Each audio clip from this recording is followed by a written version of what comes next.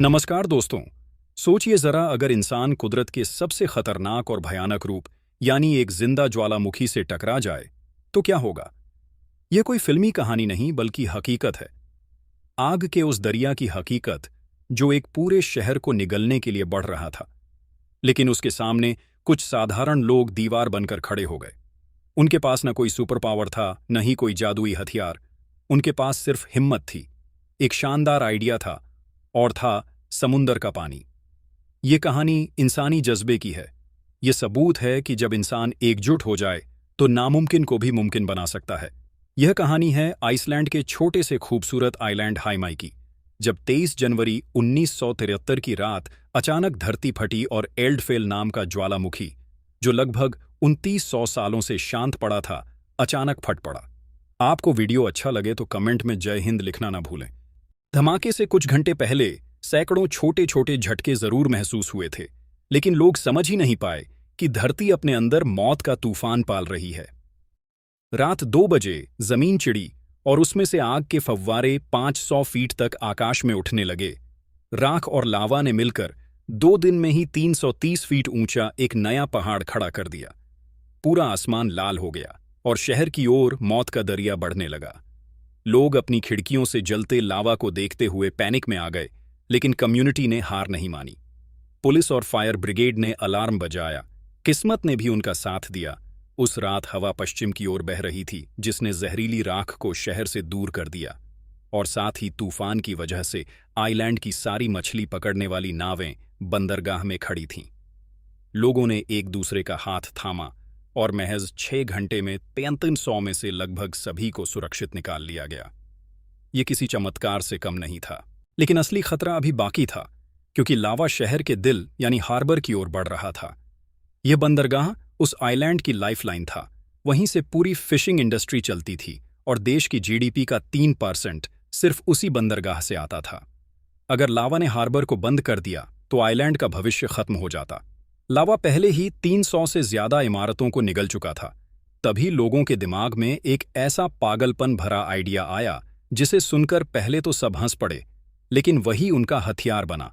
उन्होंने तय किया कि वे वोल्केनो से लड़ेंगे और लड़ाई का तरीका होगा समुंदर का ठंडा पानी। उनका प्लान था कि लावा पर तेजी से पानी डालकर उसे ठंडा कर पत्थर में बदल दिया जाए, ताकि धीरे धीरे एक दीवार खड़ी हो सके जो पीछे से आ रहे लावा को रोक सके। 6 फरवरी 1973 को पहली बार फायर हॉज से 26 गैलन प्रति सेकंड पानी लावा पर डाला गया और चमत्कार हुआ। लावा काले से ग्रे होकर ठोस दिखने लगा। छोटी सफलता ने उनका हौसला और बढ़ा दिया और फिर अमेरिका से 32 पावरफुल पंप मंगाए गए। अब 706 गैलन प्रति सेकंड पानी डाला जा रहा था, लेकिन लावा इतना ऊंचा हो गया कि नीचे से पानी ऊपर नहीं पहुंच पा रहा था। तब उन्होंने सबसे खतरनाक फैसला लिया, लावा के ऊपर ही पाइपलाइन बिछाने का।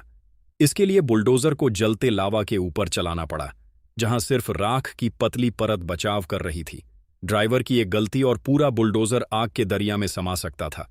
फिर भी उन्होंने हार नहीं मानी और मौत के साए में पाइपलाइन बिछा दी। 5 महीने तक लगातार यह जंग चली। 6.2 मिलियन टन समुद्री पानी लावा पर डाला गया, जिससे भाप बनी और 2200 टन नमक की परतें लावा के ऊपर जम गईं। आखिरकार इंसान जीत गया, लावा रुक गया, हार्बर बच गया और जुलाई 1973 में वोल्केनो शांत हो गया। इस पूरे मिशन में लगभग 8.8 बिलियन क्यूबिक फीट लावा निकला, लेकिन इंसान की हिम्मत ने हार नहीं मानी। सबसे दिलचस्प बात यह है कि इस आपदा ने कई फायदे भी दिए। पहला, ठंडा हुआ लावा आइलैंड की जमीन को 20% तक बढ़ा गया। दूसरा, हार्बर को छोटा करने वाला लावा बाद में एक नेचुरल ब्रेकवाटर बन गया, जिसने हार्बर को पहले से ज्यादा सुरक्षित बना दिया। और तीसरा, साइंटिस्ट्स ने ठंडे हो रहे लावा की गर्मी से जियोथर्मल एनर्जी बनानी शुरू की। उसी से सालों तक लोगों को मुफ्त हीटिंग और गर्म पानी मिला। ज्वालामुखी से निकली राख का इस्तेमाल एयरपोर्ट के रनवे को बढ़ाने और नई जमीन बनाने में किया गया। यानी उन्होंने सचमुच आफत को अवसर में बदल दिया। दोस्तों, ये कहानी सिर्फ आइसलैंड की नहीं बल्कि हमारे लिए भी एक बड़ा सबक है। हमारे देश में हर साल बाढ़, सूखा, शहरों में पानी भरना या और भी कई प्रॉब्लम्स आती हैं, लेकिन अक्सर हम इंतजार करते हैं। जबकि हेमाई के लोगों ने साबित किया कि जब कम्युनिटी एकजुट हो, हिम्मत और सही प्लानिंग हो, तो किसी भी आफत का सामना किया जा सकता है। उन्होंने प्रॉब्लम को आने से रोका, उसके सामने दीवार खड़ी कर दी। और यही सोच हमें भी अपनानी चाहिए।